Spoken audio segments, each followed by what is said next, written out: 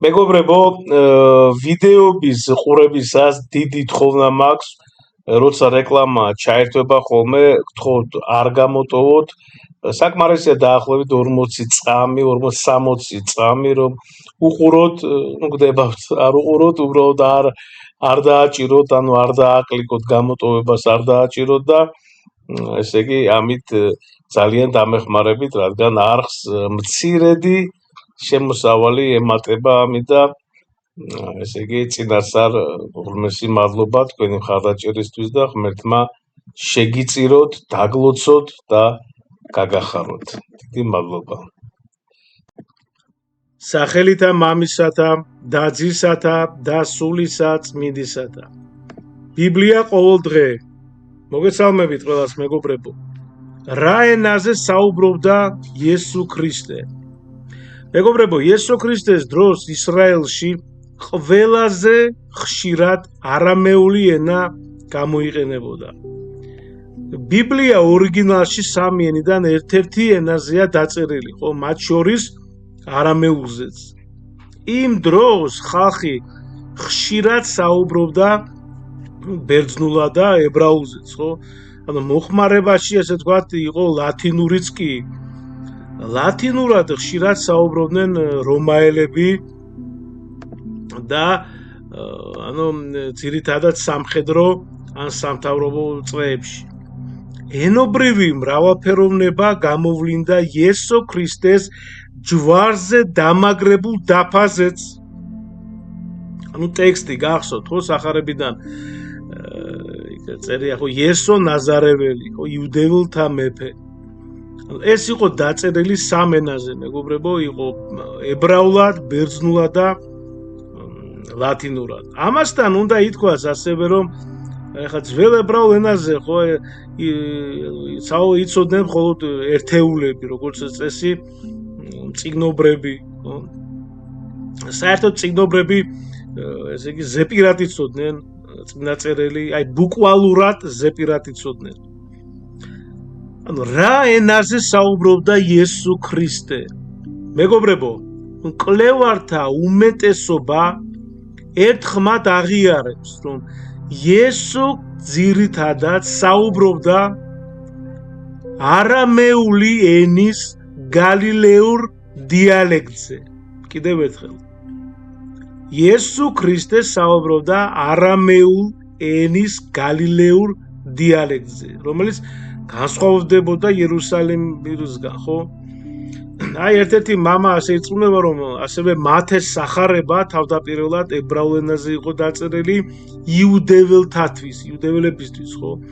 რომ ეს იმაზე მიუთითებს, რომ იესოს სწავლებები, ესე იგი, ანუ იუდეულ სემიტურ ენაზე, ანუ არამეული ან ებრაული იყო გადმოცემული. იქ ასევე სხვადასხვა იყო, იქ კითხულობდნენ სხვადასხვა დიალექტები იყო და ანუ ეხლა ამაზე სხვა დროსო. აი ორიგენეს აღნიშნავდა, რომ მათეს სახარება ებრაულ ენაზე იყო შედგენილი ასევე. სევი კესარიელი ამბობს, ეს არის მეოთხე საუკუნე, აღწერს, რომ მათეს სახარება ებრაულად იყო დაწერილი და ესე იგი თქვათ გავრცელებული იუდეველებში. ასევე აღნიშნავს, რომ პავლე მიმართავდა ებრაელებს მშობლიურ ენაზე. მშობლიურ ენაზე, ხო, ებრაულ არამეულ. ებრაული ან არამეული.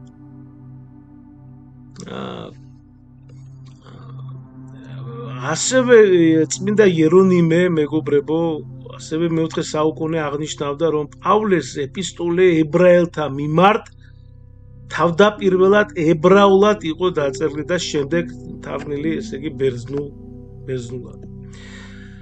მეგობრებო, ეს ძალიან მოკლედ იყო და გარდა ამისა, უნდა ითქვას, რომ აღმოსავლეთის, ანუ მართლმადიდებლური ჩვენი ტრადიციაში, რომელიც წმინდა მამების მემკვიდრეა, აღიარებულია, რომ იესო ქრისტე საუბრობდა არამეულად, როგორც იმდროინდელი იუდეის ყველაზე გავრცელებულ ენაზე. გავრცელებულ ენაზე. მაგალითად, სირიული, ანუ არამეული, ხო? სირიული, არამეული ეკლესიის მამები როგორიც ხო აი წმინდა იუსტინე მოწამის თქვა მოწაფე ხო ტატიანა სირიელი ასევე წმინდა ეფრემ სირიელი წერდნენ სირიულად ნახეთ არამეულის დიალექტზე რომელიც იესოს საუბრის ენასთან ძალიან ახლოს იყო ტატიანმა შექმნა სახარებათა ესე ვთქვათ ჰორმონია ხო დიატესარონი ხო დიატესარონი ესა როგორც აი ბერძნულად ისე სირიულად რაც მიუთითებს არამეული ტრადიციის მნიშვნელობაზე ეხლა რაც შეეხება მართლმადიდებლური ნახეთ ეკლესია მართლმადიდებლური ეკლესია ზოგადად ხაზს უსვამს რომ ლოცვა და წმინდა წერილები უნდა იყოს ხალხისთვის გასაგებენაზე რაც იესოს ქადაგების ესე ვთქვათ პრინციპს ეფუძნება ასე ვთქვათ ხო იგი საუბრობდა იმ ენაზე რომელსაც ხალხს ესმის და თუ კონკრეტული წმინდა მამის ან ტექსტის შესახებ ასე ვთქვათ გაინტერესებთ შეგვიძლიათ ასევე შეგვიძლია დეტალურად განვიხილოთ ამ შემთხვევაში რომელიმე ვთქვათ მამის წმინდა მამა რომ მოვიყვანოთ თუ ტექსტი ან მაგალითი და გამონათქვამი და ასე შემდეგ. აი დაახლოებით ასე. მადლი უფლისა ჩვენისა იესო ქრისტესი და სიყვარული ღვთისა და მამისა და ზიარება სული საწმინდისა იყოს თქვენ ყოველთა თანა. ამინ. გაიხარეთ. მადლობა.